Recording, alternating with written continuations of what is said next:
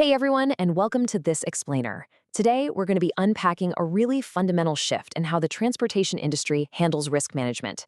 Now, if you walk into any solid motor carrier operation, you're bound to see safety professionals with some pretty impressive letters after their names, right? CODS, CSS, CSP, and those acronyms, they represent some seriously rigorous training.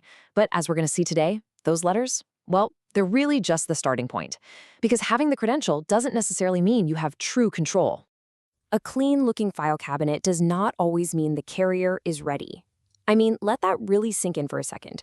It totally shatters that false sense of security a perfectly organized stack of paperwork can give you. You can literally have every single binder meticulously labeled and still get completely blindsided by how an FMCSA investigation, or worse, a plaintiff's attorney inquiry actually goes down. And that's exactly the conflict we're tackling today. The massive, frankly dangerous gap between just managing a program and actually knowing what your records say about you. All right, let's jump right into Section 1, the foundation. Why credentials matter. Look, make no mistake, those safety credentials matter immensely. A strong safety director brings some much-needed order to what is, let's be honest, an inherently chaotic business. Trucking is loud, right? Trucks break down, and dispatch usually needs answers like 5 minutes ago. Without a highly capable safety director in the seat, driver qualification files turn into these weird mystery novels. Good safety folks keep the drug and alcohol testing tight. They make sure maintenance records don't just magically vanish, and they essentially keep the whole operation from drifting into the ditch. That foundational work, it is absolutely essential. But that brings us to Section 2, the blind spot, the illusion of checklist compliance. So here is where the trap lies. Treating safety like it's just a binder problem creates this dangerous illusion of checklist compliance. Sure, you can ask the surface-level questions. Is the form filed? Yep. Is the policy written down? Sure is.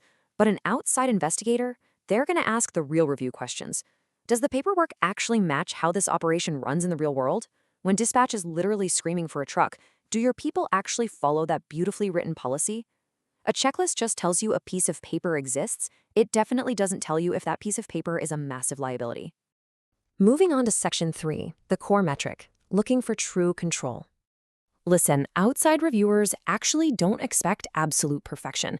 They know trucking involves human beings, heavy equipment, and terrible weather. Mistakes are absolutely going to happen. The real question is how management responds. Let's look at two carriers hit with the exact same violation. Carrier A catches it, figures out what went wrong, corrects the process, and documents the fix. Carrier B, on the other hand, has the exact same issue scattered across 50 different drivers for 6 months, and it's ignored completely. Same exact violation on paper, but a wildly different story. Isolated mistakes aren't the fatal blow, folks. A lack of management control is. Let's look at Section 4, the gaps, where systems collide. Serious compliance problems usually start quietly, hiding right in the gaps between your different record-keeping systems. Take your ELD system, for example. The screen says your driver is logging completely legal hours. Awesome. But what happens when a time-stamped fuel receipt silently places that exact same truck 3 states away? Or consider your maintenance files. They look pristine, fully signed off by the shop. Yet out on the road, the DOT keeps slapping you with the exact same mechanical defects.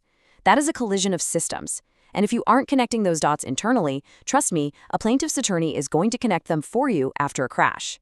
Which leads us perfectly into Section 5, the missing piece, the investigator's lens.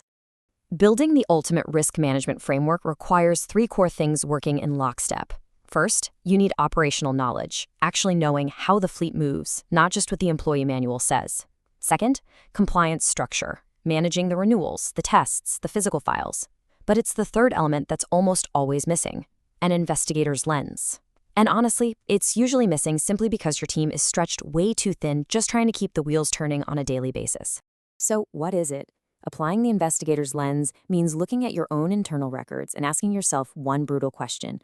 What would this look like to someone totally outside the company? It's a massive paradigm shift. It literally forces you out of the administrative weeds and demands that you view your own operation with total, unforgiving objectivity. To develop this lens, we really have to evolve our line of questioning. Now, it starts simply enough. Do we have the required documents? This absolutely matters. It is the bedrock of what we do. But remember, having the document is just the starting line for fleet safety, not the finish line. Then we have to ask the tough operational question. Do our records match how we actually operate? Does your beautifully drafted safety policy actually reflect what your dispatchers and drivers are doing on a rainy Tuesday afternoon when a high-value load is running 3 hours late? That right there is the true test of management's control over the business. Next, we push even further. Are our safety systems actually producing evidence that management is paying attention? I really challenge you to consider that right now. If an outsider looked at your data today, would they see rock-solid proof that you are actively catching and correcting patterns of risk before a catastrophic event forces your hand? Which brings us to the final, ultimate question. Would our own data tell a story we are comfortable explaining later? The truth is, the story of your company's safety culture is being written right now, today, in the silent gaps between your ELDs, your fuel receipts, and your roadside inspections.